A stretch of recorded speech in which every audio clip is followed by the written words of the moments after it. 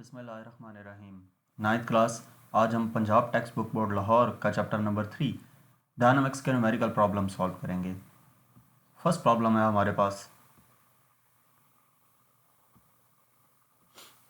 A force of 20 newton moves a body with an acceleration of 2 metre पर second square, what is its mass. कि एक force 20 Newton की एक body पे लगाई जाती है और वो बॉडी 2 मीटर पर सेकेंड स्क्वायर के एक्सेलरेशन से मूव करती है, तो उस बॉडी का मास हमने कैलकुलेट करना है। यानी कि हमें डाटा में क्या चीज़ गिवन है, एक हमें फोर्स गिवन है 20 न्यूटन की, तो हम इसको लिख लेंगे F इक्वल टू 20 न्यूटन, और इसके बाद एक्सेलरेशन ऑफ 2 मीटर पर सेकेंड स्क्वायर एक्सेलरेशन गिवन है। व्हाट इज इट्स मास, मास हमें इसका कैलकुलेट करना है। तो इसका हम सोल्यूशन स्टार्ट करते हैं। इन टर्म्स को अगर आप देखें तो F equal to M a, जो Newton second law of motion है, वो हम यहाँ पर अप्लाई करके मास कैलकुलेट कर सकते हैं। तो फार्मूला हम यूज़ करेंगे F equal to M A. इसमें वैल्यूज पुट कर देंगे। फोर्स हमारे पास 20 है, equal to mass m as it is, और एक्सेलरेशन 2 गिवन है। तो m इक्वल आ जाएगा 20/2 के, ये 2 जब इधर जाएगा तो 20 पे डिवाइड होगा, m इक्वल टू 20/2, तो ये आंसर हमारे पास आ जाएगा 10 kg। मास का यूनिट किलोग्राम होता है। मैं जितने भी न्यूमेरिकल सॉल्व करता हूँ उनको डाटा में लिखते वक्त इनके जो भी क्वांटिटीज़ गिवन हों उनको SI यूनिट्स में कन्वर्ट कर लेता हूँ, ताकि जब वैल्यूज़ हम पुट करते हैं तो हमें यहाँ पे 7 यूनिट पुट करने की ज़रूरत नहीं होती। एंड पे जो आंसर आता है उसके साथ हम उसी क्वांटिटी का SI यूनिट पुट कर देते हैं। नेक्स्ट हमारे पास क्वेश्चन नंबर 3.2 है। The weight of a body is 147 newton. Body का वेट गिवन है 147 newton. What is its mass, उसका मास कितना होगा। जी की वैल्यू 10 मीटर पर सेकेंड स्क्वायर दी गई है। डाटा में हमारे पास वेट गिवन है बॉडी का, W equal to 147 newton. What is its mass, M calculate करना है, जबकि जी की वैल्यू हमारे पास 10 मीटर पर सेकेंड स्क्वायर है। तो इसका सोल्यूशन हम देखते हैं। सिंपली वेट का जो फार्मूला है W इक्वल टू mg वो यूज होगा, क्योंकि वेट में दो चीज़ें इन्वॉल्व होती हैं, मास और जी की वैल्यू। तो W equal to mg, M हमने कैलकुलेट करना है, तो बाकी वैल्यूज इसमें पुट कर देंगे। वेट हमारे पास 147 है, इक्वल टू M इंटू जी की वैल्यू 10 गिवन है, तो M इक्वल आ जाएगा 147/10, यानी कि मास की वैल्यू हमारे पास आ जाती है 14.7 kg। नेक्स्ट हमारे पास प्रॉब्लम नंबर 3 है। How much force is needed to prevent a body of mass 10 kg from falling. कितनी फोर्स रिक्वायर्ड होगी एक बॉडी जिसका मास 10 kg है उसको फॉल करने से बचाने के लिए, नीचे गिरने से बचाने के लिए। तो डाटा में जस्ट हमारे पास एक ही वैल्यू गिवन है, M इक्वल टू 10 kg। ठीक है, इसके अलावा जी की वैल्यू हमें मालूम होती है, वो हम इसमें यूज़ करेंगे। फोर्स हमने फाइंड करनी है कि कितनी फोर्स रिक्वायर्ड होगी इस बॉडी को फॉल होने से बचाने के लिए। तो इसका सोल्यूशन हम देखते हैं। सबसे पहले तो इसके ऊपर जो फोर्स अप्लाई हो रही है नीचे से ऊपर की तरफ, यानी कि ऊपर से नीचे की तरफ जो ग्रेविटी की फोर्स है, जिस फोर्स के साथ जो उसका वेट है कि अर्थ उसको अपनी तरफ अट्रैक्ट कर रही है, ठीक है, जो वो डाउनवर्ड फोर्स है, अगर हम उतनी फोर्स नीचे से ऊपर की तरफ लगा लें तो इसका मतलब ये होगा कि वो ऑब्जेक्ट फॉल नहीं करेगा, यानी कि उसके वेट की इक्वल हमें फोर्स चाहिए। तो F इक्वल होगा W के, W इक्वल आ गया mg। इसमें हमने F कैलकुलेट करनी है, तो F इक्वल आ जाएगा मास की वैल्यू 10, G की वैल्यू भी 10 होती है, तो F हमारे पास आ जाता है 100 न्यूटन। यानी कि 10 kg मास को फॉल करने से, नीचे गिरने से बचाने के लिए हमें नीचे से ऊपर की तरफ 100 न्यूटन की फोर्स लगानी पड़ेगी, तो वो ऑब्जेक्ट नीचे नहीं गिरेगा। नेक्स्ट प्रॉब्लम नंबर 4 है। Find the acceleration by a force of 100 newton in a mass of 50 kg। Acceleration find करना है 100 न्यूटन की फोर्स से जिसका मास 50 kg है। एक बॉडी है जिसके ऊपर फोर्स लगाई गई है 100 न्यूटन की और उसका मास 50 kg है, तो उसको उसमें जो एक्सेलरेशन प्रोड्यूस होगा वो कैलकुलेट करना है। तो हम इसका डाटा नोट करते हैं। फोर्स हमारे पास 100 न्यूटन की गिवन है, मास 50 kg का गिवन है, एक्सेलरेशन A कैलकुलेट करना है। सोल्यूशन देखते हैं इसका। यहाँ पे भी newton second law of motion F equal to M A use होगा, तो इसमें वैल्यूज पुट करेंगे। फोर्स हमारे पास 100 गिवन है, मास 50 है और एक्सेलरेशन कैलकुलेट करना है, तो A इक्वल आ जाएगा 100/50, यानी कि A हमारे पास आ जाएगा 2 मीटर पर सेकेंड स्क्वायर। तो ये एक्सेलरेशन आ गया हमारे पास। नेक्स्ट प्रॉब्लम नंबर 5 है, a body has weight 20 newton. एक बॉडी का वेट 20 न्यूटन है। How much force is required to move it vertically upwards with an acceleration of 2 metre पर सेकेंड स्क्वायर। कितनी फोर्स रिक्वायर्ड होगी उसको वर्टिकली अपवर्ड मूव करवाने में, और उस जिस स्पीड से ऊपर की तरफ वो मूव करे वो 2 मीटर पर सेकेंड स्क्वायर के इक्वल हो, यानी कि उसमें एक्सेलरेशन 2 मीटर पर सेकेंड स्क्वायर हो। मैं सिंपली दोबारा से आपको एक्सप्लेन कर दूं कि एक बॉडी हमें गिवन है, उसका वेट गिवन है, कितनी फोर्स रिक्वायर्ड होगी उसको नीचे से ऊपर की तरफ मूव करवाने के लिए विद एक्सेलरेशन ऑफ 2 मीटर पर सेकेंड स्क्वायर। तो पहले तो हम वो फोर्स कैलकुलेट करेंगे ना जो उसको बैलेंस कर दे, यानी कि जिस फोर्स से ये नीचे की तरफ गिर रहा है, फ्रीली फॉल गिर रहा है, जैसा कि हमने थर्ड न्यूमेरिकल में इस्तेमाल किया था फार्मूला W=mg वाला, तो इसकी इक्वल फोर्स ऊपर की तरफ लगेगी। दूसरी हमें फिर वो फोर्स ऐड करनी है जिसके साथ ये एक्सेलरेशन एसोसिएट कर रहा हो 2 मीटर पर सेकेंड स्क्वायर का। फिर उन दो फोर्सेस को ऐड अप करेंगे तो हमारे पास इक्वल फोर्स आएगी। यानी कि डाटा में हमारे पास वेट हमें गिवन है 20 न्यूटन का, फोर्स हमने कैलकुलेट करनी है, और इसमें एक्सेलरेशन जो प्रोड्यूस हो वो 2 मीटर पर सेकेंड स्क्वायर का हो जब अपवर्ड मूव करेगा। तो डाटा में हम सबसे पहले वो फोर्स फाइंड करते हैं जो नीचे से ऊपर लगाएंगे इसको स्टॉप करने के लिए, ठीक है, ताकि ये स्टॉप हो जाए, नीचे ना गिरे। तो W=mg का फार्मूला यूज करेंगे। अब वो फोर्स फाइंड करने के लिए हमें पहले मास कैलकुलेट करना है। तो m इक्वल आ जाता है W/g के। यहाँ से W की वैल्यू 20, g की वैल्यू 10 होती है, ये आपको याद होनी चाहिए। तो मास हमारे पास 2 kg आ गया, ठीक है, मास हमारे पास 2 kg आ गया। यहाँ से हमने मास कैलकुलेट नहीं करना, हमने तो फोर्स कैलकुलेट करनी है। तो अब क्या करेंगे, हम Newton second law of motion use करेंगे, F=ma, ठीक है। इसमें हमने ये फोर्स फाइंड की, ये हमारे पास 4 न्यूटन की फोर्स आ गई, 4 न्यूटन की फोर्स आ गई। ये मास कैलकुलेट किया, ये फोर्स आ गई, लेकिन ये वो फोर्स नहीं है जिस फोर्स से ऑब्जेक्ट ऊपर की तरफ मूव करेगा।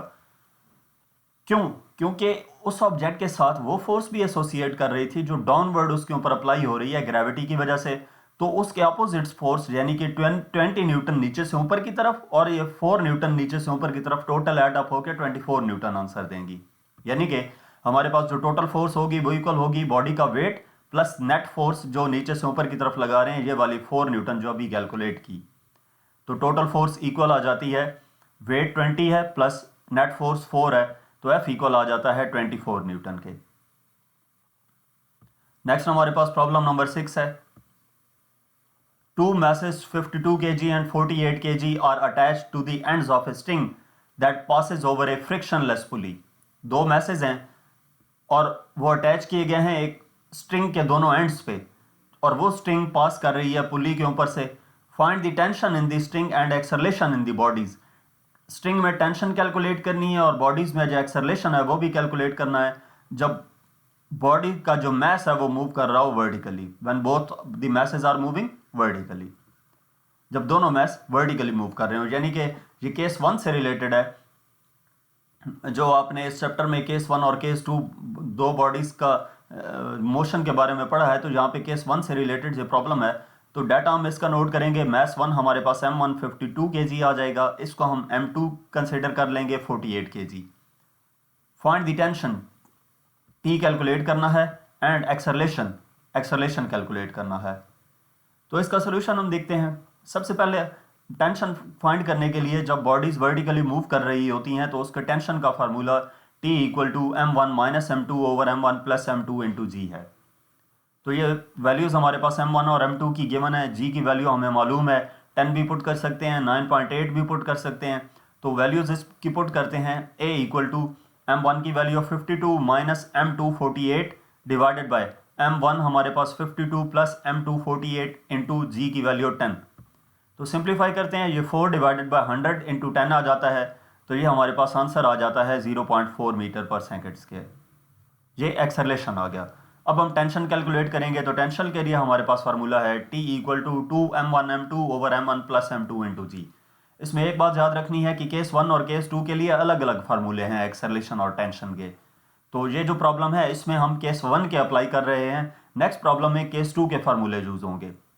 तो ये हमारे पास टेंशन फाइंड करने का फार्मूला है, इसमें वैल्यूज पुट करेंगे, T इक्वल आ जाएगा 2 × m1 की वैल्यू हमारे पास 52, m2 की value 48 divided by 52 plus 48 into 100।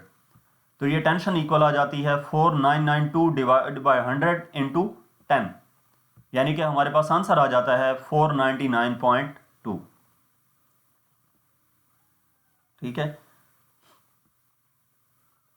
तो ये हमारे पास साथ इसके न्यूटन लिख देना है। ठीक है, ये टेंशन है तो न्यूटन में आएगी हमारे पास, यानी कि अगर हम इसको राउंड ऑफ करके लिखें तो ये 500 न्यूटन हमारे पास आंसर आ जाता है। नेक्स्ट हमारे पास 3.7 प्रॉब्लम है। अब इस प्रॉब्लम में केस 2 गिवन है कि 2 मैसेज हैं 26 kg और 24 kg, और वो अटैच किए गए हैं एक स्ट्रिंग के एंड, दोनों एंड्स पे, जो पास कर रही है फ्रिक्शनलेस पुली के ऊपर से। 26 kg जो है वो लाई कर रहा है स्मूथ हॉरिजेंटल टेबल पे, और 24 kg मैस जो है वो वर्टिकली डाउनवर्ड मूव कर रहा है। तो टेंशन और एक्सेलरेशन इस केस में भी हमने फाइंड करनी है ऑन बॉडीज़ की।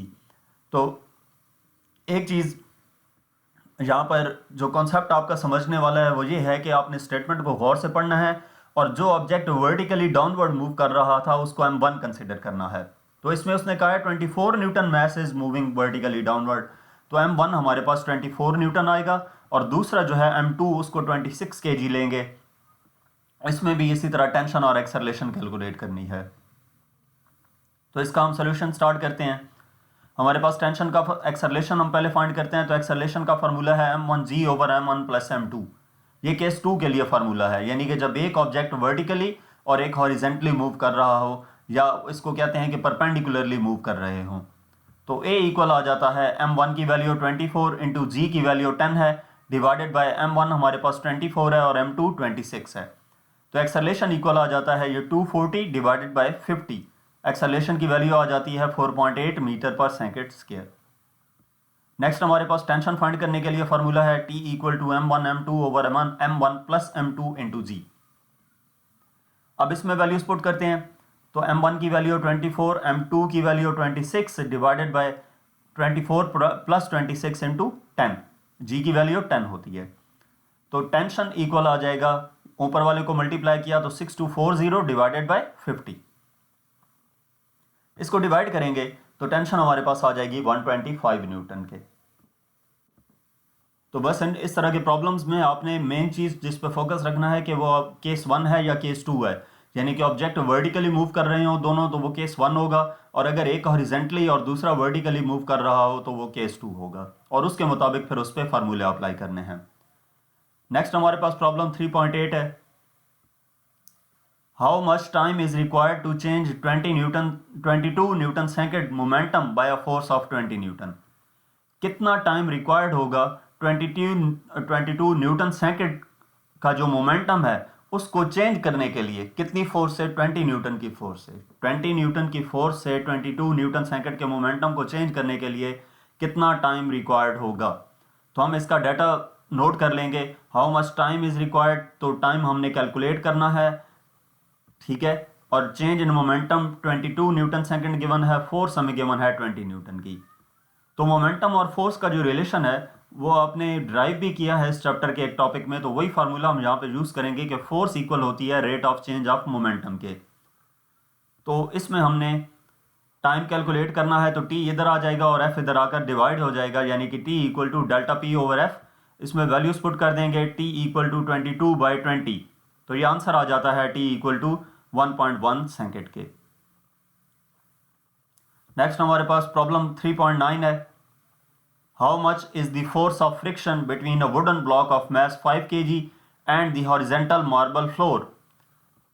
कितनी फोर्स ऑफ फ्रिक्शन मौजूद होगी वुडन ब्लॉक जिसका मास 5 kg है और एक हॉरिजेंटल मार्बल फ्लोर के दरमियान? कोएफिशिएंट ऑफ फ्रिक्शन वुड और मार्बल के दरमियान जो है वो 0.6 गिवन है। तो हम इसका डाटा नोट कर लेते हैं। सबसे पहले मास हमें गिवन है 5 kg का, और इसके बाद जो कोएफिशिएंट ऑफ फ्रिक्शन है उसको इस सिंबल से यूज़ किया जाता है म्यू से, और इसकी वैल्यू 0.6 गिवन है। फाइंड क्या करना है? How much is the force of friction, F S force of friction calculate करनी है।